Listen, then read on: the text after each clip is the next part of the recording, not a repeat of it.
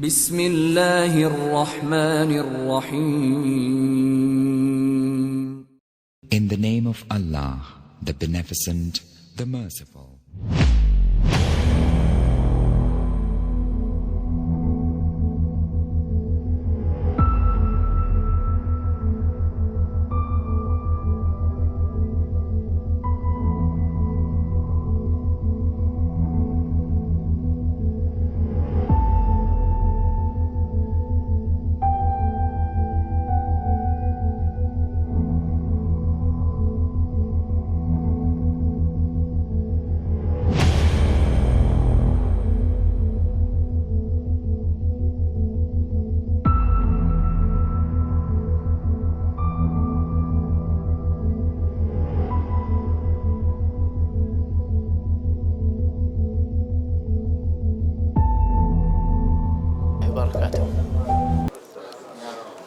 إن الحمد لله نحمده ونستعينه ونستغفره ونعوذ بالله من شرور أنفسنا ومن سيئات أعمالنا. من يهده الله فلا مضل له ومن يضلل فلا هادي له، وأشهد أن لا إله إلا الله وحده لا شريك له، وأشهد أن محمدا عبده ورسوله. أما بعد، فإن خير الحديث كتاب الله، وخير الهدي هدي محمد صلى الله عليه وسلم، وشر الأمور محدثاتها، وكل محدثة بدعة، وكل بدعة ضلالة، وكل ضلالة في النار. أعوذ بالله السميع العليم من الشيطان الرجيم. كنتم خير أمة أخرجت للناس تأمرون بالمعروف وتنهون عن المنكر وتؤمنون بالله. وقال صلى الله عليه وسلم: بلغوا عني ولو آية. وقال أيضا: الدال على الخير كفاعله. تمام تعریف رب العالمین کے لیے لائق و زیبا ہے. بعدہ صلاۃ و سلام نازل ہو آقا نامدار احمد مجتبیٰ محمد مصطفیٰ صلی اللہ علیہ وسلم پر بیش بہا بے شمار. حمد و صلاۃ کے بعد ایک لمبی مدت کے انقطاع کے بعد دوبارہ آج اس درس کے ذریعے اپنے سلسلے کی طرف واپس آتے ہیں جو سیریل یا سلسلے وار درس اخلاق کے سلسلے میں چل رہا تھا. انشاءاللہ آج اس کی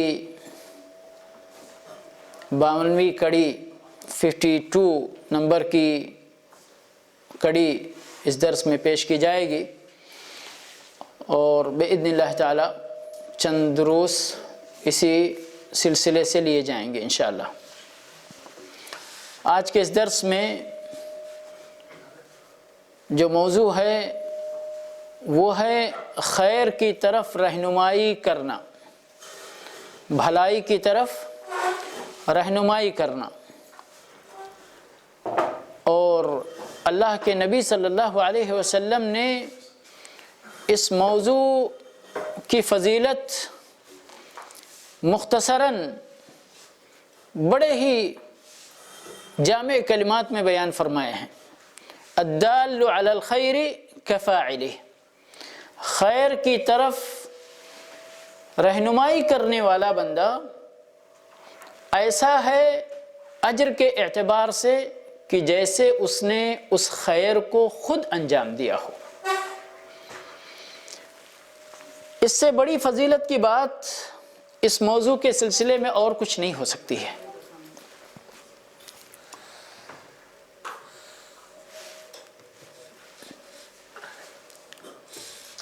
یہاں پر میں نے ایک آیت کریمہ کی تلاوت کی ہے حمد و صلاۃ کے بعد. سورہ آل عمران کی آیت ہے اور بڑی عظیم آیت ہے، اور اس امت کے شرف کو بیان کرنے والی آیت ہے، بشرطے کہ یہ امت اس شرف کے لائق بن جائے. بہت بڑا شرف ہے میرے بھائی اور دوستوں۔ اللہ رب العالمین ارشاد فرماتے ہیں کنتم خیر امت، کنتم خیر امت اخرجت للناس تأمرون بالمعروف وتنہون عن المنکر وتؤمنون باللہ۔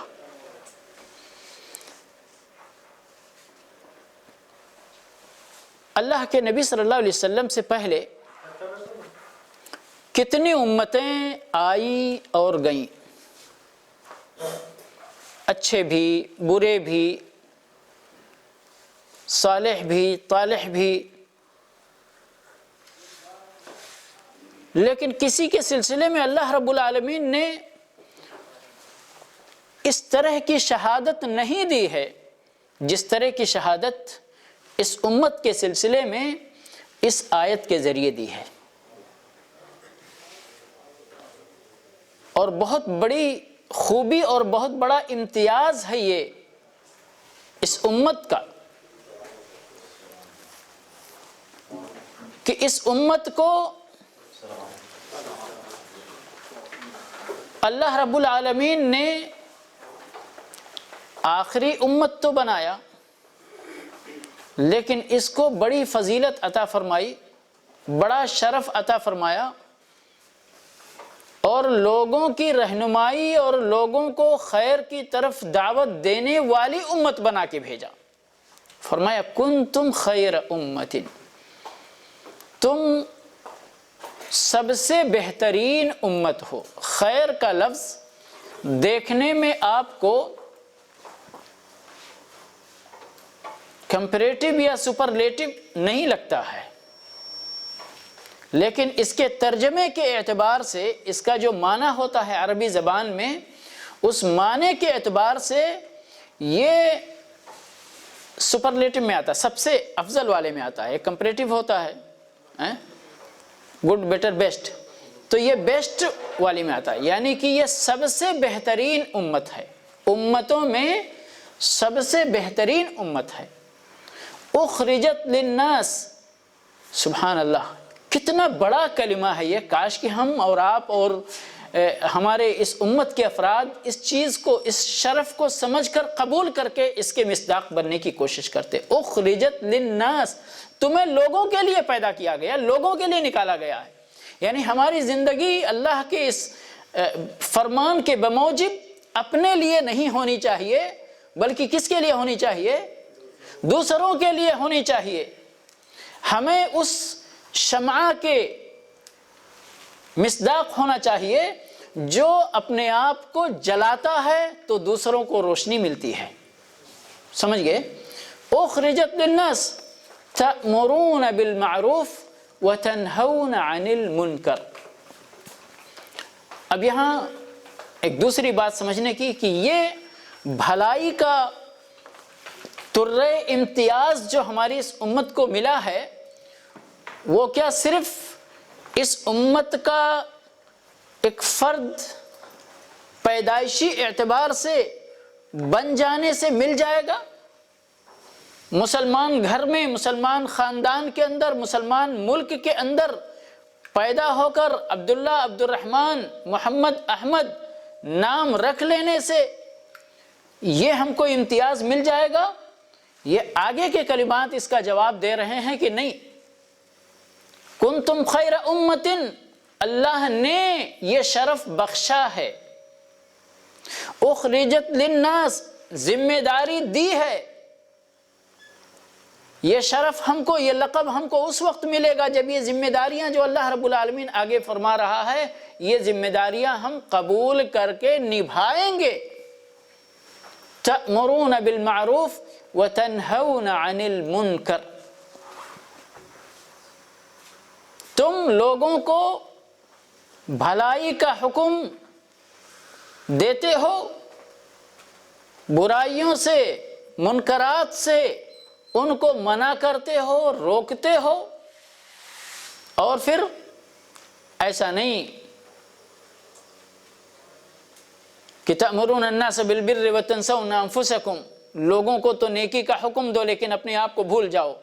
وتؤمنون باللہ، اللہ پر ایمان بھی رکھنا ہے، ٹھیک ہے میرے بھائی اور دوستو، اس آیت کی تفسیر میں شیخ سعدی رحمۃ اللہ علیہ یہاں کے بہت بڑے عالم گزرے ہیں، جو ابن باز رحمۃ اللہ علیہ اور ابن عثیمین رحمۃ اللہ علیہ جیسے بڑے بڑے اکابر علماء کے بھی استاذ تھے۔ وہ کہتے ہیں کہ اللہ رب العالمین اس آیت کے ذریعے اس امت کی مدح بیان کر رہا ہے، ستائش بیان کر رہا ہے، تعریف کر رہا ہے۔ وَيُخْبِرْ، اور یہ خبر دے رہا ہے اللہ رب العالمین کہ انہا خیر الامم، کہ یہ امتوں میں سب سے بہترین امت ہے، التی اخرجہ اللہ للناس، کہ جس کو اللہ تبارک و تعالی نے لوگوں کے لیے پیدا فرمایا ہے، لوگوں کے لیے نکالا ہے۔ لیکن یہ ممکن کیسے ہوگا؟ وَذَلِكَ بِتَكْمِيلِهِمْ لِأَنفُسِهِمْ بِالْإِيمَانِ، یہ اس کی شروعات ہوگی کہ پہلے وہ اپنا ایمان اپنے لیے مکمل کرے۔ جو ایمان ان کے اندر سے آواز دے، جو ایمان انہیں اس بات کی دعوت دے کہ جو کچھ بھی اللہ رب العالمین نے انہیں کرنے کے لیے کہا ہے وہ اپنے اندر کرنے کی طاقت اور کرنے کا استعداد پائیں، اور جن چیزوں سے اللہ رب العالمین نے روک دیا ہے ان چیزوں سے رک جائیں، اور پھر وَبِتَكْمِيلِهِمْ لِغَيْرِهِمْ بِالْأَمْرِ بِالْمَعْرُوفِ وَالنَّهْيِ عَنِ الْمُنْكَرِ، اور یہ ایمان ہی کا تقاضا ہے۔ اپنے ایمان کو جب وہ مکمل کریں گے تو پھر اس ایمان کا تقاضا یہ ہوگا کہ دوسروں کو معروف کا حکم دیں گے، بھلائی کی باتوں کا حکم دیں گے، اور انہیں منکرات سے روکیں گے، اللہ کی نافرمانی کرنے سے روکیں گے۔ اب یہ امر بالمعروف والنہی عن المنکر کیا چیز ہے؟ فرماتے ہیں المتضمن دعوت الخلق الی اللہ، یہ شامل ہے کہ لوگوں کو اللہ کی طرف بلایا جائے، کیونکہ اللہ کی طرف بلانا یہ سب سے بڑا امر بالمعروف والنہی عن المنکر ہے۔ اللہ کی طرف لوگوں کو دعوت دینا اور غیر اللہ سے ان کو واپس لانا اللہ کی طرف، یہ بہت عظیم کام ہے، اور یہی دراصل امر بالمعروف والنہی عن المنکر کا خلاصہ ہے۔ کیوں؟ پھر وہی ہم اپنی گھسی پٹی مثال کی طرف آئیں گے کہ اللہ کی طرف سے کام کرنے کی جو لسٹ ہمیں دی گئی ہے اس میں سر فہرست کیا چیز آتی ہے؟ توحید، اللہ وحدہ لا شریک کی عبادت۔ اور منکرات کی جو لسٹ ہمیں دی گئی ہے اس میں سب سے پہلی چیز سر فہرست کیا آتی ہے؟ شرک۔ تو یہ سب سے بڑا امر بالمعروف والنہی عن المنکر ہے کہ آپ لوگوں کو اللہ کی عبادت کی طرف دعوت دیں اور غیر اللہ کی عبادت سے ان کو منع کریں۔ سب سے بڑا معروف اللہ کی عبادت ہے اور سب سے بڑا منکر اللہ کے ساتھ شرک کرنا ہے۔ تو امر بالمعروف والنہی عن المنکر کا آغاز ہی ہوتا ہے اللہ کی طرف دعوت دینے سے۔ اس کے بعد بہت ساری باتیں ہیں۔ اللہ کے نبی صلی اللہ علیہ وسلم کی سنت اگر ہمیں دیکھنا ہے دعوت کے معاملے میں تو آپ کی سنت کیا ہے؟ صلی اللہ علیہ وسلم 13 سال تک آپ صلی اللہ علیہ وسلم نے کس چیز کی دعوت دی؟ توحید کی دعوت دی، توحید کی دعوت دی۔ اور 10 سال مدنی زندگی میں ایسا نہیں کہ دیگر امور میں پھنس کر توحید سے آپ غافل ہو گئے تھے، نہیں، توحید کو اپنی دعوت کے میدان میں سر فہرست رکھتے ہوئے دیگر معاملات کی طرف آپ صلی اللہ علیہ وسلم نے اپنی توجہ دی تھی۔ تو یہ ہے دراصل امر بالمعروف والنہی عن المنکر کا خلاصہ۔ اور فرماتے ہیں دعوت الخلق الی اللہ وجہادہم علی ذالک، ضرورت پڑے تو اس کے لیے جہاد کرنا، وبذل المستطاع فی ردہم عن ضلالہم وغیہم، اور جتنی بھی اللہ نے آپ کو استطاعت اور طاقت دی ہے اس طاقت کو استعمال کرتے ہوئے ان کی گمراہی سے ان کو واپس لانا، ان کی گمراہی سے ان کو واپس لانا۔ اور پھر جب یہ امت اس کیفیت میں اپنی زندگی گزارے گی کہ ہر شخص کا مطمح نظر یہ ہوگا کہ ہم اللہ کے بندوں کو اللہ کی طرف دعوت دیں، اللہ کے بندوں کو گمراہیوں سے بچائیں، تو وہ بہترین امت نکل کر سامنے آئے گی کہ جس کی مثال نہ کبھی ملی ہے اور نہ مل سکتی ہے ان لوگوں میں جو لوگ یہ راستہ چھوڑ دیتے ہیں۔ جو لوگ اس راستے پر چلیں گے وہ خیر امت کہلائیں گے اور کہلانے کے حقدار ہوں گے، ورنہ چاہے ان کا نام عبداللہ ہی کیوں نہ ہو، عبد الرحمن ہی کیوں نہ ہو، اگر ان کا کام اللہ کے بتائے ہوئے طریقے کے خلاف ہوگا تو پھر وہ خیر امت کہلانے کے قابل نہیں ہوں گے۔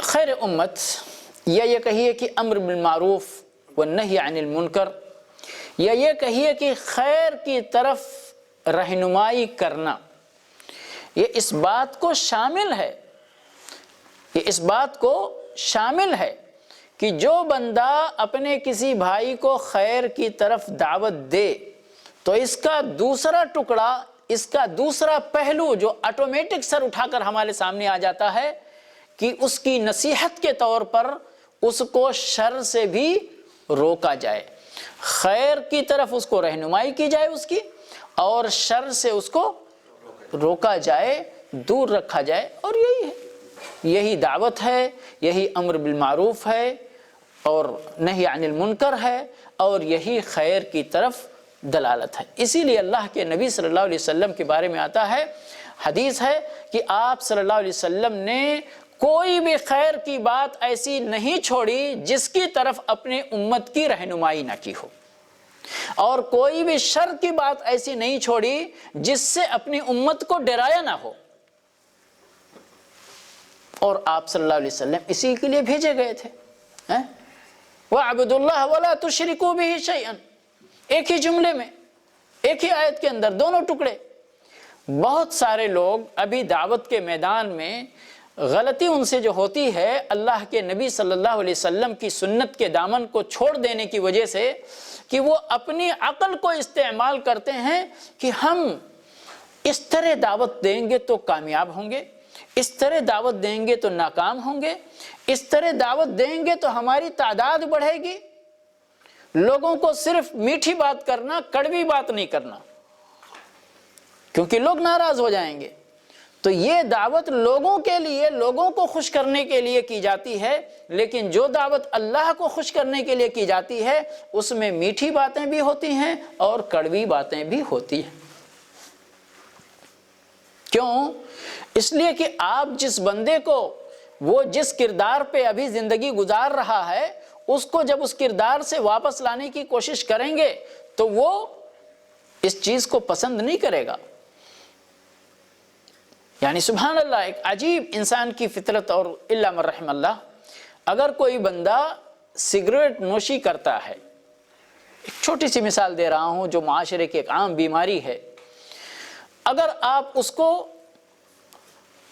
اس کے اس عادت سے روکنے جائیں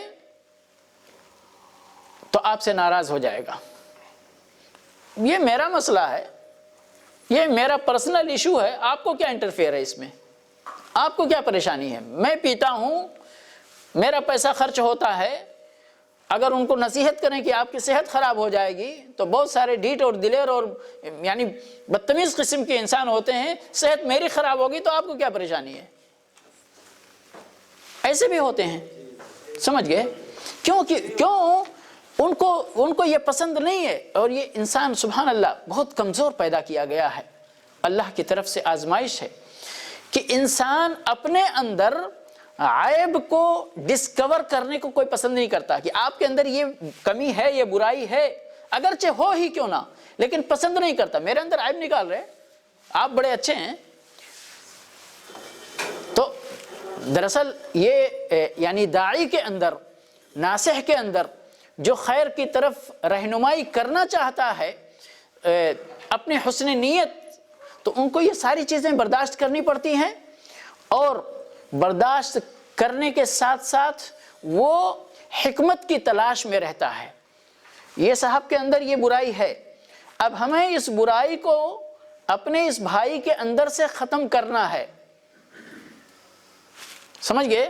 تو یہاں پر حکمت کی تلاش کرتا ہے. کیسے ہم ختم کریں گے، کیسے ہم اس کو راہ راست پر لا سکتے ہیں، کون سا طریقہ اس کے ساتھ سودمند ہوگا.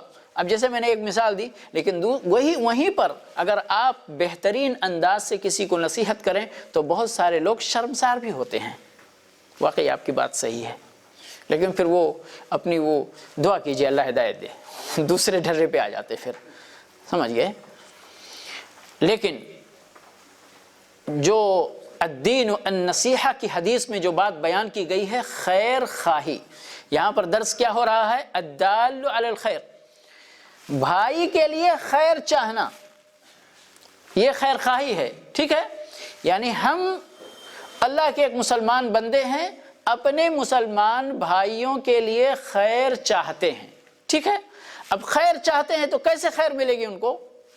آپ لوگ یہاں بیٹھے ہوئے ہیں، دوسرے دروازے سے 100 ریال کا نوٹ بٹ رہا ہو، وہ صرف مجھے معلوم، آپ کسی کو نہیں معلوم ہے. اگر ہمیں آپ کے لیے خیر پسند ہے تو جب تک بتاؤں گا نہیں کہ بھائی ٹھیک ہے یہاں سے اٹھ کر ذرا دوسرے دروازے سے بھی گزریے گا، ادھر سے 100 ریال کا نوٹ ملے گا، تو تب تک آپ کو کیسے پتا چلے گا؟ تو میں آپ کے لیے خیر چاہتا ہوں، اب اس خیر کی طرف مجھے ہی آپ کی رہنمائی کرنی ہے تاکہ آپ اس خیر تک پہنچ سکیں. سمجھ گئے؟ تو یہ ہے خیر کی طرف دلالت، رہنمائی. اور اس سے بڑا خیر کیا ہو سکتا ہے کہ ہم اپنے انسانی بھائیوں کو، بنو آدم کو، اللہ کے بندوں کو ان کے حقیقی خالق و مالک اور رازق سے قریب ہونے کی دعوت دیں، ان کو قریب کرنے کی کوشش کریں. اس سے بڑی بات کوئی ہو سکتی نہیں. تو سبحان اللہ یہ بات یعنی اس سلسلے میں کہ خیر کی طرف دلالت کرنے کا پہلا قدم ہے کہ آپ لوگوں کو اللہ کے دین کی طرف، توحید کی طرف، تنہا اللہ کی عبادت کی طرف دعوت دیں، ان کو شرک سے روکیں، شرک سے ڈرائیں. اور اس کے بعد تو پوری فہرست ہے ہی کہ کیا کام اور کرنا ہے اور کیا کام اور نہیں کرنے ہیں. اب یہاں پر جو لوگوں کو دعوت دینی ہے، آپ لوگ الحمدللہ سارے ایمان والے ہیں، کلمہ گو ہیں، لا الہ الا اللہ محمد الرسول اللہ کی گواہی دی ہے آپ نے. آپ کو بھی ضرورت ہے کہ تذکیر کی جائے، تنبیہ کی جائے، وعظ کی جائے، نصیحت کی جائے، کیونکہ انسان بالطبع اس کے اندر اللہ رب العالمین نے جو صفت رکھی ہے وہ بھولنے کی صفت رکھی ہے، بھولنے کی صفت رکھی ہے. ٹھیک ہے؟ اسی لیے اس کو بار بار یاد دلانے کا بھی حکم ہے. تو ہم مسلمانوں کو بھی آپس میں ایک دوسرے کو اللہ کی طرف دعوت دیتے رہنا چاہیے. صحابہ کرام کے بارے میں آتا ہے کہ وہ ایک دوسرے سے جدا ہوتے تھے تو سورہ عصر کی وصیت کر کے پڑھا کے جدا ہوا کرتے تھے. کیا ہے اس میں؟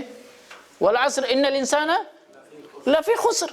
بتاتے تھے آپ بھی گھاٹے میں، ہم بھی گھاٹے میں. اس گھاٹے سے کیسے بچیں گے؟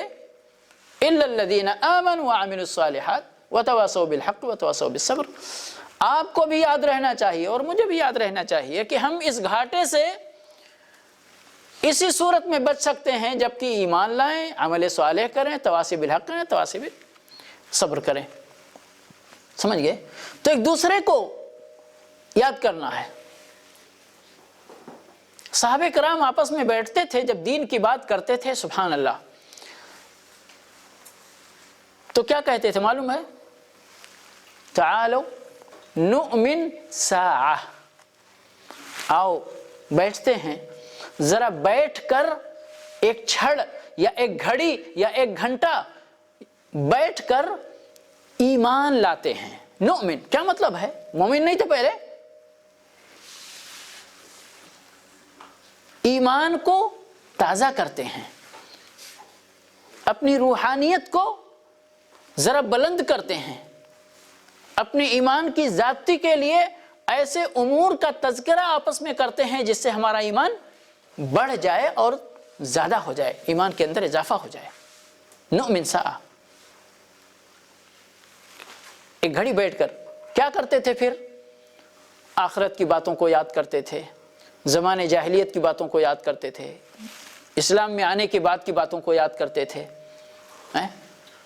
کبھی جنت کی باتیں، کبھی جہنم کی باتیں، کبھی قبر کی باتیں، اور ان باتوں کو یا ان باتوں کا تذکرہ کرنے کو صحابہ کرام کیا نام دیتے تھے؟ ایمان لانے کا نام دیتے تھے۔ کیا مطلب ہے اس کا آخر؟ تو کیا صحابہ کرام کو اگر اس ایمان لانے کی ضرورت یا ایمان کو تازہ کرنے کے لیے، ایمان کو بڑھانے کے لیے اگر اس طرح کے نشستوں کی، مجلسوں کی ضرورت تھی تو کیا آج ہم کو اس کی ضرورت نہیں ہوگی؟ یقیناً ہوگی، لیکن کاش کہ ہم اس کی اہمیت کو سمجھ پاتے۔ اور اسی کے ساتھ ساتھ یہ ہمارے اپنے بھائیوں کے لیے، لیکن بنو آدم کا دائرہ تو بڑا وسیع ہے نا، جو کمیونسٹ ہے وہ بھی، اس پر بھی ہمارا حق ہے، یا یہ کہیے اس کا بھی ہمارے اوپر حق ہے۔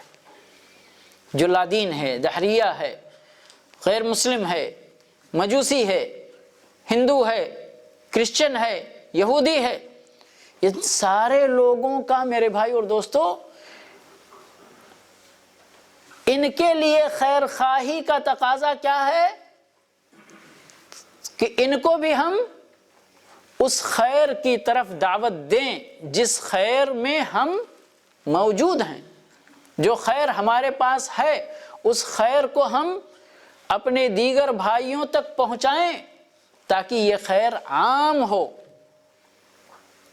اور یاد رکھیں، حقیقت یہی ہے کہ یہ جو مصیبتیں ہمارے اوپر آئی ہوئی ہیں یا پیچھے آئی ہیں یا آئندہ آنے والی ہیں، ان میں سے، ان کے اسباب میں سے ایک بڑا سبب اللہ کے دین کی طرف دعوت کو ترک کر دینا۔ میں بھی اور وہ بھی اور آپ بھی، سارے لوگوں نے اس ذمہ داری کے اندر کوتاہی کی ہے، جان بوجھ کر یا غفلت میں، جس کا انجام آج ہمارے سامنے ہے۔ ورنہ آپ سوچیں کہ کتنے مسلمان ہیں اور دنیا کی آبادی کی نسبت کتنی ہے؟ اگر ہر مسلمان، دنیا میں جتنے لوگ موجود ہیں، صرف اپنے اوپر صرف 3 غیر مسلم، کتنے؟ صرف 3 غیر مسلم کو دعوت دینے کا بیڑا اٹھا لے، ذمہ داری لے لے کہ میں جب تک 3 غیر مسلم بھائیوں کو اسلام کی دعوت نہیں دے دوں گا اس وقت تک چین سے نہیں بیٹھوں گا، تو آپ تصور کیجئے کہ کتنے لوگوں تک اسلام کی دعوت پہنچ جائے گی۔ اور یاد رکھیں، اسلام کے اندر، اسلامی تعلیمات کے اندر وہ جاذبیت، وہ موجود ہے، وہ کشش موجود ہے کہ جسے دوسرے لوگ زیادہ دیر تک ٹھکرا نہیں پائیں گے۔ پیش کرنا چاہیے، دراصل پیش کرنے میں کمی ہے۔ یہ جو لوگ، ابھی ہم یہاں دعوت سینٹر میں رہتے ہیں، سبحان اللہ، کوتاہی، بھرپور کوتاہی، ہم اس کا اعتراف کرتے ہیں۔ ہمارے پاس، آپ اگر جا کر فائل دیکھیں 7-8 ہزار جو نئے مسلمانوں کی فائل ہے، اس میں سے اکثر بیشتر مسلمان جن کو جہاں رہتے ہیں وہ انفرادی طور پر کسی پاکستانی بھائی کے پاس کام کر رہے ہیں، تو دھیرے دھیرے قطرہ قطرہ وہ ٹپکاتا رہتا ہے. کبھی کسی سعودی کے ٹچ میں ہیں، کبھی کسی سعودی کے گھر میں کام کرتے ہیں، ان کے معاملات اچھے ہیں، کسی اپنے انڈیا کے ہی بھائی کے، یعنی صحبت کا اثر ہے. جو کچھ بھی ہے تقریباً اس طرح کے لوگ اتنے. اور اگر ہر مسلمان، جیسے میں نے کہا، ہر مسلمان اپنی زندگی اپنی ذمہ داری بنا لے کہ جب تک میں کم از کم 3 نان مسلم کو دعوت نہیں پہنچا دوں گا، جب تک میں چین سے نہیں بیٹھوں گا، تو آپ اس کا اثر تصور کر کے دیکھیں کتنا بڑا اثر ہوگا اس کا. لیکن چونکہ پہلا ہی اسٹیپ مفقود ہے تو نتیجہ کہاں سے ملے گا؟ اللہ رب العالمین ہم سب کو توفیق عطا فرمائے. تو یہ بہت بڑی بات تھی میرے بھائی اور دوستو، بہت بڑی ذمہ داری ہے خیر کی طرف دلالت، خیر کی طرف رہنمائی، لوگوں کو خیر کی دعوت دینا، برائیوں سے روکنا. دراصل خیر کی طرف دعوت دینے کا دوسرا حصہ ہے، یہ لازم ملزوم ہے، یہ لازم ملزوم ہے، سمجھ رہے ہیں؟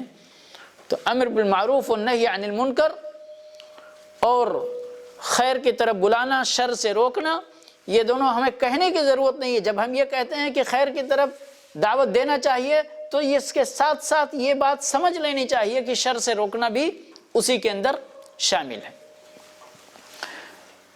میں بہت زیادہ نصوص کتاب و سنت سے لے کر نہیں آیا ہوں آج کے اس درس میں، کیونکہ مسئلہ بڑا واضح ہے اور ایک آیت اور ایک حدیث ہی اس مسئلے کی وضاحت کرنے کے لیے کافی ہے. لیکن چند باتیں صرف مزید رغبت اور مزید ترغیب کے طور پر، چند احادیث. اللہ کے نبی صلی اللہ علیہ وسلم نے ایک حدیث کے اندر ارشاد فرمایا، ان اللہ، غور کیجئے گا، ان اللہ وملائکتہ، اللہ اور اس کے فرشتے، واہل السماوات والارض، اور آسمان والے یا آسمانوں والے اور زمین والے، حتی النملۃ فی جحرہا، یہاں تک کہ چونٹی اپنے سوراخ کے اندر، وحتی الحوت، یہاں تک کہ مچھلی، لیصلون علی معلم الناس الخیر، دعائیں کرتے ہیں یہ سارے کے سارے. کس کے لیے؟ معلم الناس الخیر، جو لوگوں کو خیر کی تعلیم دیتا ہے، لوگوں کو خیر سکھاتا ہے، سکھلاتا ہے، بھلائی کی باتیں بتلاتا ہے، پہنچاتا ہے. ترمذی کی روایت ہے، شیخ البانی رحمۃ اللہ علیہ نے اس کی تصحیح کی ہے. اسی طرح سے عبداللہ ابن عمرو رضی اللہ تعالی عنہما سے روایت ہے کہ نبی اکرم صلی اللہ علیہ وسلم نے ارشاد فرمایا، بلغوا عنی ولو آیہ، میرے دین کی تبلیغ کرو چاہے ایک آیت ہی کیوں نہ معلوم ہو. ٹھیک ہے؟ یعنی آپ کو قرآن کی ایک آیت، مثال کے طور پر یہ وَاعْبُدُوا اللَّهَ وَلَا تُشْرِكُوا بِهِ شَيْئًا، ہے نا، ایک آیت کا ٹکڑا ہے، بلکہ یہ کتنا عظیم رسالہ ہے. ہمارے حیدر بھائی یہاں ہوا کرتے تھے، پہلے ان کی گاڑی پہ انہوں نے لکھا ہوا تھا، worship your creator not his creation, اپنے خالق کی عبادت کرو، اس کی مخلوق کی عبادت نہ کرو. آپ اپنے آپ میں دیکھنے میں کتنا چھوٹا سا جملہ ہے، لیکن اگر کوئی پڑھ کر غور کر لے اس پہ تو کتنے لوگوں کے دلوں میں یہ پیغام اگر اتر گیا تو ان کی زندگی بدل سکتی ہے، کایا پلٹ ہو سکتی ہے ان کی، کیونکہ بہت بڑی بات ہے، یہ حقیقت ہے یہ. اور اللہ رب العالمین نے قرآن کریم کے اندر خود کہا ہے، سورج اور چاند کی پوجا نہ کرو، بلکہ کس کی پوجا کرو؟ جس نے ان سورج اور چاند کو پیدا کیا ہے.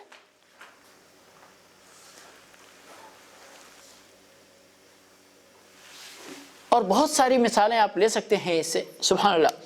لیکن یہاں عرض صرف اتنا ہے کہ ہمیں اور آپ کو اس موضوع کی اہمیت اور اس کام کی اہمیت اور اس ذمہ داری کی برکت اور اس کا اجر و ثواب اندازہ کرنے کی ضرورت ہے، اور پھر اسے اپنی زندگی میں اس ذمہ داری کو جس حد تک بھی ممکن ہو قبول کر کے اس کو ادا کرنے کی ضرورت ہے۔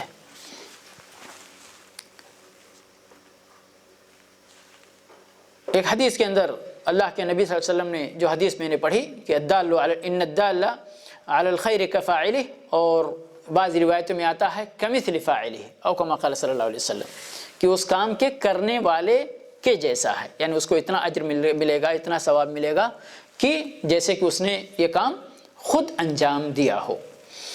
اور انشاءاللہ اس کے سلسلے میں تھوڑی سی دنیاوی مثال آگے چل کے دیتا ہوں۔ اس سے پہلے میں ایک آخری حدیث بیان کرنا چاہتا ہوں یہاں پر، اور اسی کے ساتھ دعوت دینا چاہتا ہوں کہ ہر بندہ اپنے آپ کو کوشش کرے اپنے سامنے ہمیشہ اس حدیث کو رکھنے کی۔ فرماتے ہیں اللہ کے نبی صلی اللہ علیہ وسلم، جریر ابن عبداللہ رضی اللہ تعالیٰ عنہ کی روایت ہے، من سن فی الاسلام سنتا حسنہ فعمل بها بعده كتب له مثل اجر من عمل بها ولا ينقص من اجورهم شيء ومن سن في الاسلام سنة سيئة فعمل بها بعده كتب عليه مثل وزر من عمل بها ولا ينقص من اوزارهم شيء رواہ مسلم۔ صحیح مسلم کی روایت ہے کہ جس نے اسلام کے اندر من سن فی الاسلام سنتا حسنہ، جس شخص نے بھی، جس مسلمان نے بھی، اللہ کے ایمان والے بندے نے اسلام کے اندر کوئی ایسی سنت، یاد رکھیں یہاں پر بدعت والے اس حدیث کو دلیل نہیں پکڑ سکتے، کیونکہ اللہ کے نبی صلی اللہ علیہ وسلم نے یہاں پر سنت کا لفظ اختیار فرمایا ہے کہ جس نے اسلام کے اندر بہترین سنت پیدا کی، یا پیدا کرنے کا ترجمہ شاید غلط ہوگا، اس کو زندہ کیا۔ سنت ہے موجود، سنت کا مطلب اللہ کی سنت، اللہ کا بتایا ہوا طریقہ، لوگ اگر بھول گئے ہیں، لوگ اگر اس سے غافل ہو گئے ہیں، تو اس کو لوگوں کے ذہنوں میں تازہ کر دینا، اور پھر اس کے بعد اس پر عمل کیا جانے لگے تو اس کو کتنا اجر ملے گا؟ کتب لہ مثل اجر من عمل بها، اس کو اتنا اجر ملے گا کہ جتنے لوگ اس پر عمل کریں گے۔ ایک آدمی نے عمل کیا تو اس کو ایک اجر ملے گا ایک بندے کا، 10 آدمیوں نے اس پر عمل کیا، 10 بندوں کا اجر ان کو تو ملے گا ہی۔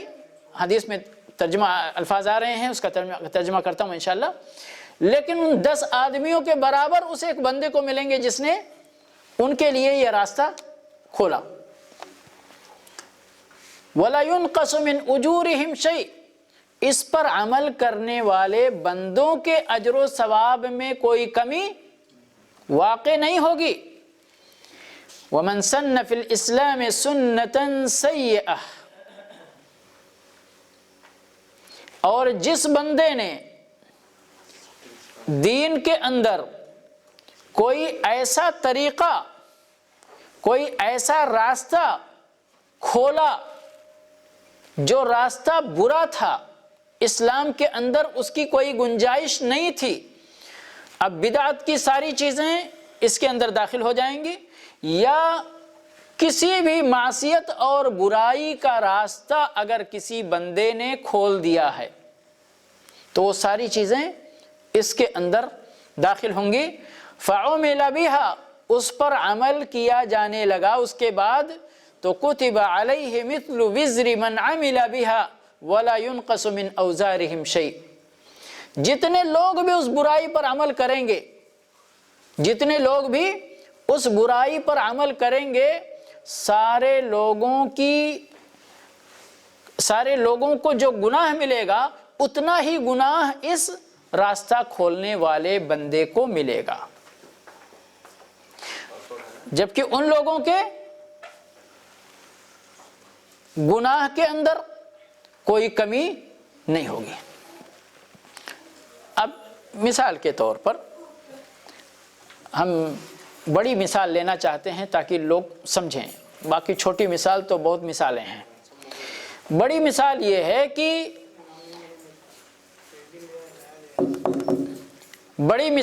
ہے کہ آپ اپنے ہند و پاک کی سرزمین پر ایک نظر ڈالیں اور جو ایسے مزارات یا آستانے موجود ہیں جہاں پر باقاعدہ آج غیر اللہ کی عبادت ہو رہی ہے، چاہے پھول چڑھاوے کی شکل میں، چاہے مرغا ذبح کرنے کی شکل میں، چاہے وہاں طواف کرنے کی شکل میں، چاہے وہاں سجدہ کرنے کی شکل میں، کسی بھی شکل میں جو عبادتیں اللہ کے علاوہ یعنی جو اعمال اللہ کے علاوہ غیر اللہ کے لیے کسی طور پر بھی جائز نہیں ہے وہ اعمال وہاں پر انجام دیے جا رہے ہیں۔ تو جس بندے نے اس کی شروعات کی، یہ سارے لوگ جو جائیں گے وہاں پر کام کریں گے ان کو تو گناہ ملے گا ہی ملے گا، جتنا بھی گناہ مل رہا ہے۔ شروع کرنے والے بندے کو سارا گناہ ان کا ایک ایک حصہ جاتا رہے گا۔ اور اسی طرح سے اگر اور ہم مثال مسجد کی مثال لے لیں، مسجد بنانا کار خیر ہے یا نہیں ہے؟ کار خیر ہے۔ کسی بندے نے زمین دے دی، مسجد بنا دی، مدرسہ بنا دیا جس میں کتاب و سنت کی تعلیم دی جا رہی ہے اور اللہ رب العالمین کی عبادت کی جا رہی ہے۔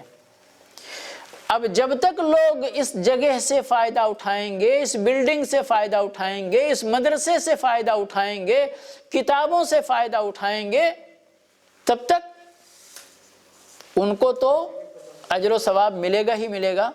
اس کے ساتھ ساتھ جس بندے نے یہ کار خیر کیا ہے اس کے نام اعمال میں انہی جیسا اجر و ثواب برابر لکھا جاتا رہے گا۔ اور اس چیز کو اس حدیث کی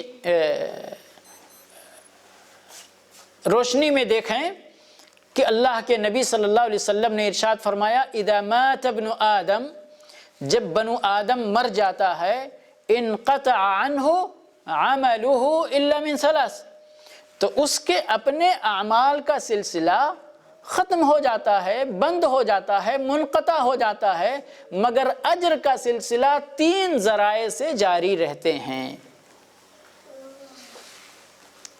کیا ہیں یہ 3 ذرائع؟ ولد صالح یدعو لہ، نیک اولاد جو اس کے لیے دعا کرے، اچھی تربیت کی تھی، دینی تربیت کی تھی، وہی اولاد تھوڑا اپنے والدین کو یاد رکھتے، ورنہ جو بڑی بڑی ڈگریاں اور بڑے بڑے مناصب پر ان کو وقت ہی نہیں رہتا ہے کہ والدین کو یاد کریں، ہے کہ نہیں ہے؟ او علم ينتفع به، یا اس بندے نے علم چھوڑا یا علم کا کوئی ذریعہ چھوڑا جس کے ذریعے فائدہ اٹھایا جاتا ہے، چاہے کتاب، چاہے سی ڈی، چاہے مدرسہ، چاہے جو کچھ بھی، جس طرح سے بھی علم چھوڑا ہے، ٹھیک ہے۔ اور تیسری چیز کیا ہے؟ صدقۃ جاریہ، صدقے جاریہ۔ اب صدقے جاریہ کی بھی بہت ساری شکلیں ہیں، تفصیل میں نہ جاتے ہوئے اب یہاں پر اس حدیث کو اور اس حدیث کو اگر ساتھ میں دیکھیں ملا کر تو کتنی چیزیں ہیں کہ جب بندہ کار خیر کر جاتا ہے، چاہے وہ صدقے جاریہ کی شکل میں ہو، چاہے علم یا علم کے وسائل کی شکل میں ہو، چاہے بچے کی تربیت کی شکل میں ہو، تو یہ سلسلہ اجر و ثواب کا وہ تو چلا گیا اس دنیا سے، لیکن یہ سلسلہ جاری رہتا ہے۔ اس کے پاس گویا کہ یہ چشمہ پھوٹ جاتا ہے اس کے پیچھے کہ جس سے اس کے کار خیر کے لیے یعنی وہ سیرابی ہوتی رہتی ہے اس کی، اور اس کے نام اعمال میں یہ درج کیا جاتا رہتا ہے۔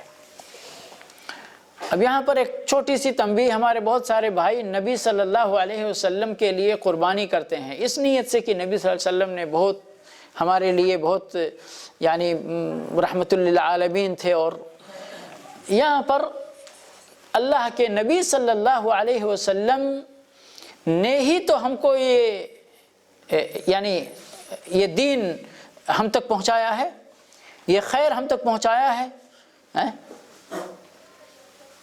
آپ کی امت کا کوئی فرد کوئی بھی کام دین کا کرتا ہے، کار خیر کرتا ہے، تو اس کے اجر کے برابر اجر اللہ کے نبی صلی اللہ علیہ وسلم کو آٹومیٹک پہنچتا رہتا ہے۔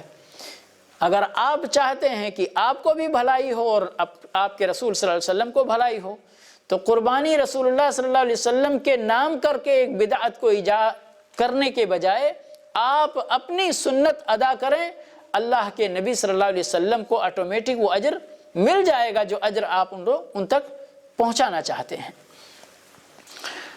اور بہت سارے لوگ ہمارے ملکوں میں بزنس کا وہ چلتا ہے نا، ہاں نہیں ابھی ماڈرن جو بزنس کا سسٹم لوگ اس کو بولتے ہیں، وہ چین بزنس کا نام دیتے ہیں، یا چین بزنس کے علاوہ ایک اور ہوتا ہے جو جس میں اس کا کچھ اور نام ہے شاید، جس میں ایک کو 3 ممبر بنانا رہتا ہے، پھر وہ 3 کو 3 ممبر بناتا ہے، اس کو کیا بولتے ہیں؟ نہیں اس کو انگلش میں پیرامڈ بولتے ہیں، شاید احرام کو بولتے ہیں، ٹھیک ہے؟ وہ احرام کے حساب سے کچھ لفظ ایسا کچھ لیا ہے انہوں نے میرے خیال سے، وہ مطلب وہی ہوتا ہے کہ ایک 3 ممبر بنائے، پھر وہ 3 ممبر بنائے، پھر آگے چل کے وہ 3 ممبر بنائے، اور اسی طرح سے جو جتنا ممبر بنائے گا۔ یہ تو پہلے نمبر پہ علماء نے اس سسٹم کو خاص طور پہ اس میں انٹرسٹ داخل ہوتا ہے اور دھوکہ دھڑی اور سب کچھ ہوتا ہے، علماء نے تفصیل سے میں نے اس سسٹم کو پڑھا ہے، حرام ہے، یہ سسٹم جائز نہیں ہے۔ لیکن یہ دنیا کے سسٹم لوگوں کو جب وہ لوگ سمجھاتے ہیں تو اتنی کشش نظر آتی ہے اس میں، خاص طور پہ جو ایکسپرٹ ہو جاتے ہیں اور جن کو جب یہ بزنس شروع ہوتا ہے نا، تو بزنس شروع ہوتا ہے تو بھائی ایک جس نے یہ شروع کیا وہ تو سب سے ٹاپ پہ بیٹھا رہتا ہے، اس کے بعد جو اس کے نیچے ہوتے ہیں 2-3، اس کے نیچے جب کچھ لوگ بن جاتے ہیں وہ آ کر اس میں وہ سیمینار وغیرہ کرتے ہیں، تو اتنے بہترین طریقے سے سمجھانے کہ دیکھو میں نے اتنے ممبر بنائے اور میرے ممبروں نے اتنے ممبر بنائے، آج میں تو آفس میں بیٹھا رہتا ہوں اور مجھے اتنے روپے ہر مہینے میرے اکاؤنٹ میں جمع ہو جاتے ہیں۔ تو اتنا حسین خواب دکھاتے، جس طرح سے اللہ نے مثال دی ہے کہ دور سے صحرا میں دیکھو تو پانی کا لہر نظر آتی ہے، پانی کی لہر نظر آتی ہے، وہاں جانے پہ کچھ بھی نظر نہیں آتا، اور اللہ رب العالمین دھر دبوچتا ہے اور حساب و کتاب لیتا ہے۔ سمجھئے، یہ ایک چین ہے جو دنیا والے پیش کر رہے ہیں دھوکہ دینے کے لیے، لیکن وہ چین دیکھیے آپ کہ جو چین آپ اللہ کے دین کی طرف دعوت دے کر اور خیر کی طرف لوگوں کو بلا کر، خیر کی طرف لوگوں کو کی رہنمائی کر کے آپ حاصل کرتے ہیں۔ آپ سوچئے اس کی مثال بعض دعوت سینٹر میں اس لیے مثال دے رہا ہوں کہ آپ ماشاءاللہ ہم بھی جڑے ہیں، آپ بھی جڑے ہیں، تو اس مثال کو سمجھ سکتے۔ آپ کے ذریعے سے ایک بندہ مسلمان ہو گیا، چاہے اپنا انڈیا کا تھا یا کہیں کا بھی تھا، جو بھی تھا، اللہ نے آپ کو توفیق دی اس کو دعوت دینے کی، اور اللہ نے اس کو توفیق دی اسلام کے اندر داخل ہو گیا، ٹھیک ہے؟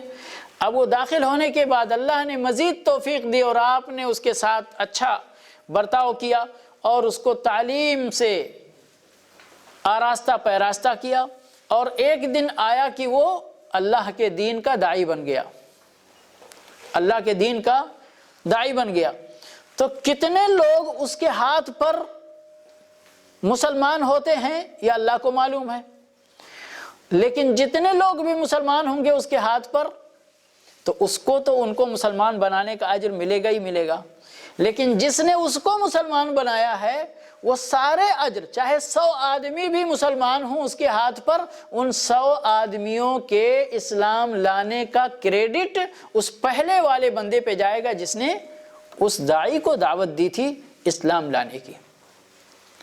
اور اس کے بعد یہ سارے لوگ، ہم لوگ دنیا کا حساب بہت کرتے ہیں، اللہ کے ان اجر و ثواب کا حساب کرنے بیٹھے میرے بھائی اور دوستو تو کیلکولیٹر جواب دے جائے گا۔ حقیقت یہی ہے، کیلکولیٹر جواب دے جائے گا۔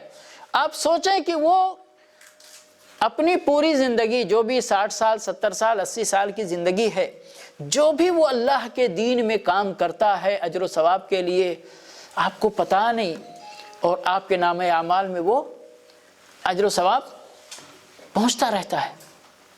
ایک چھوٹی سی مثال اور اپنے مسلمان بھائیوں کی دعوت کے، ایک بندہ بے نمازی ہے لیکن آپ اس کے ساتھ لگے رہے یہاں تک کہ وہ 5 وقتہ پابندی کے ساتھ نماز پڑھنے والا بن گیا۔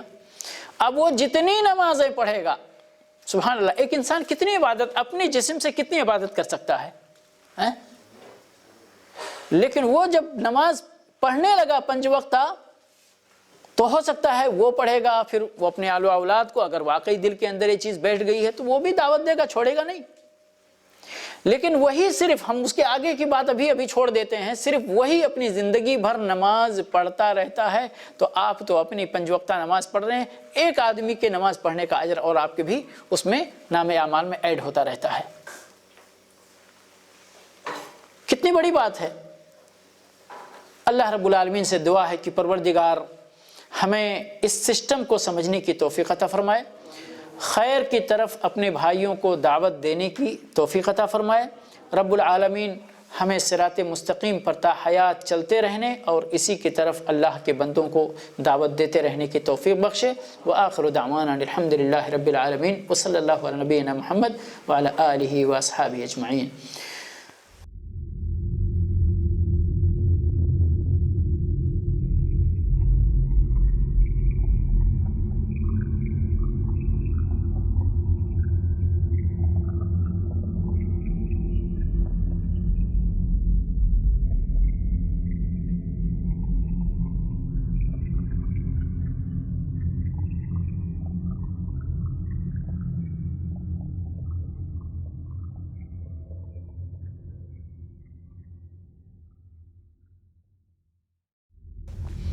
اور جیسے نہیں، وجہ تو معروف ہے، وجہ تو شیطان ہے سب سے بڑا، اور اس کے بعد انسانی شیطان جو اس کا وہ یعنی اس کا یعنی اس کے ٹارگٹ کو حاصل کرنے میں اس کی مدد کرتے ہیں، سمجھئے، اس میں کوئی دو رائے نہیں ہے۔ لیکن مسئلہ یہ ہے کہ ہم اپنے آپ کو اور اپنی اہل و عیال کو کیسے اس سے محفوظ رکھیں، یہ تو معاملہ ابھی یعنی ایک ٹریجڈی کے حد تک ہے، یعنی ایک باقاعدہ ایک المیہ ہے، ہمارے بھی گھر کا المیہ ہے اور آپ کے گھر کا بھی المیہ ہے اور ساروں کے گھر کا المیہ ہے باقاعدہ۔ کبھی کبھی یعنی یہ نامہ نگار لوگ یا کیسے بھی جو لوگ کسی ادارے سے منسلک ہوتے ہیں اور سروے وغیرہ پیش کرتے ہیں تو سبحان اللہ عجیب و غریب یعنی چیزیں سامنے آتی ہیں کہ کوئی 15 گھنٹہ موبائل پہ رہتا ہے، کوئی 18 گھنٹہ موبائل پہ رہتا ہے۔ کیا حال ہوتا ہے ان لوگوں کا، کیا حال ہو سکتا ہے؟ تو بہرحال ان یعنی سبھی چیزوں کو جس حد تک ممکن ہو اپنے گھر میں سختی اور نرمی کے امتزاج کے ساتھ، اور یہی بھلائی اور یہی بہترین تربیت کا انداز ہے کہ آپ جہاں تھوڑی ضرورت پڑے سختی کی وہاں سختی کریں، اور جہاں نرمی سے پیار سے بچوں کو، تاکہ ان کو پتہ چلے۔ اگر صرف سختی اختیار کریں گے تو وہ کہتے ہیں کہ سختی کے عادی ہو جاتے، بولتے ابا تو ڈانٹتے ہی رہتے ہیں، کیا فرق پڑتا ہے۔ اور صرف نرمی کریں، پیار تو میں کچھ بھی کروں گا، ابا تو کچھ کرتے نہیں ہیں، سمجھ گئے؟ تو یہ نہیں، آپ کو توازن رکھنا ہے، بیلنس رکھنا ہے، ٹھیک ہے؟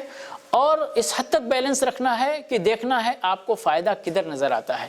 بچوں کی بھی فطرتیں ہوتی ہیں، اس کی اسٹڈی کرنا ہے آپ کو، یعنی ہر باپ کو، ہر ماں کو اپنے بچوں کی نفسیات کا دراسہ کرنا پڑتا ہے بچوں کی تربیت کرنے کے لیے۔ کچھ بچوں پہ نرم ہتھیار کام کرتا ہے اور کچھ بچوں پہ گرم ہتھیار سختی کام کرتی ہے، سب کی الگ الگ فطرت ہے، سمجھ گئے؟ تو جس طرح ہو اس کے ساتھ اس طرح کرنا، لیکن بہرحال اس لعنت کو اور اس یعنی اب اس کو دیکھیں، ایک چیز ہے یہاں پر کہ اس کو آپ ختم نہیں کر سکتے، یہ یاد رکھیں آپ، اس کو آپ ختم نہیں کر سکتے، لیکن اس کو بہترین انداز دینا ہے، بہترین رخ دینا ہے، کم سے کم کرنا ہے، اور اس کمی میں اس کو بہترین رخ دینا ہے کہ بھئی بچہ دیکھے گا ہی دیکھے گا۔ تو آپ، اور یہ سبحان اللہ، انسان کو بھی اللہ رب العالمین نے اس طرح پیدا کیا کہ کبھی کبھی اس کو بھی تفریح کی ضرورت پڑتی ہے، جائز تفریح کی ضرورت پڑتی ہے اس کو۔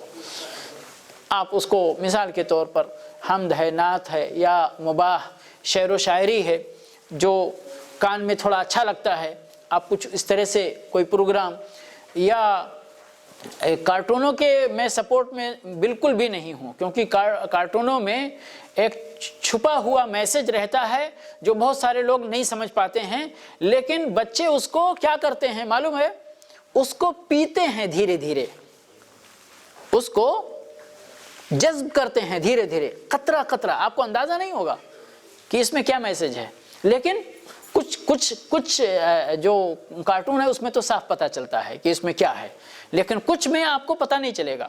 وہ بچے کو بھی وہ کہے گا پاپا اس میں کیا ہے، ابو جان اس میں کیا ہے، کچھ بھی تو نہیں ہے اس میں، لیکن جب وہ سلسلے وار دیکھتے رہتے ہیں تو کچھ چھپے ہوئے پیغامات ہوتے ہیں جو سرایت کر جاتے ہیں، یعنی غیر شعوری انداز میں آپ کے دل دماغ میں بیٹھ جاتے ہیں، وہ اس کا اثر جب آپ بڑے ہوں گے تو آپ کے اوپر، آپ کے سلوک پر ظاہر ہوگا، آپ کے ایمان پر ظاہر ہوگا اس کا، سمجھ گئے؟ تو بہرحال اس سے کیسے بھی خود کو بچانا، اہل و عیال کو بچانا، یہ ہماری سب کی ذمہ داری ہے، اور اس میں سب سے پہلے نمبر پر میرے بھائی اور دوستو اللہ سے گریہ وزاری کرنا، اللہ سے، کیونکہ سب کچھ تو اسی کے ہاتھ میں ہے، ہمارے بچے بھی اسی کے ہاتھ میں ہیں، سمجھ گئے؟ تو یہ دعا کرنا اور دوا جس حد تک ممکن ہو وہ بھی کرتے رہنا۔ جی بارک اللہ فیک۔ ایک سوال ہے، جیسا کہ نبی کریم صلی اللہ علیہ وسلم خوشبو زیادہ لگایا کرتے تھے یا پسینے مبارک سے آتے تھے؟ نہیں، آپ لگاتے بھی تھے اور آتا بھی تھا، دونوں باتیں، کوئی کہتا ہے لگاتے تھے، کوئی کہتا ہے پسینے سے آتے نہیں دونوں باتیں ہیں، تو اس لیے یہ صرف ایک کو لے کر دوسرے کو چھوڑ دینا، دوسرے کو لے کر اس کو چھوڑ دینا، دونوں باتیں صحیح نہیں۔ آپ پسند فرماتے تھے خوشبو، نہیں، آپ بولے تھے کہ زیادہ لگاتے تھے، نہیں اب اس کو اس لیے پھر یہ ہم اپنی طرف سے بڑھا رہے ہیں نا،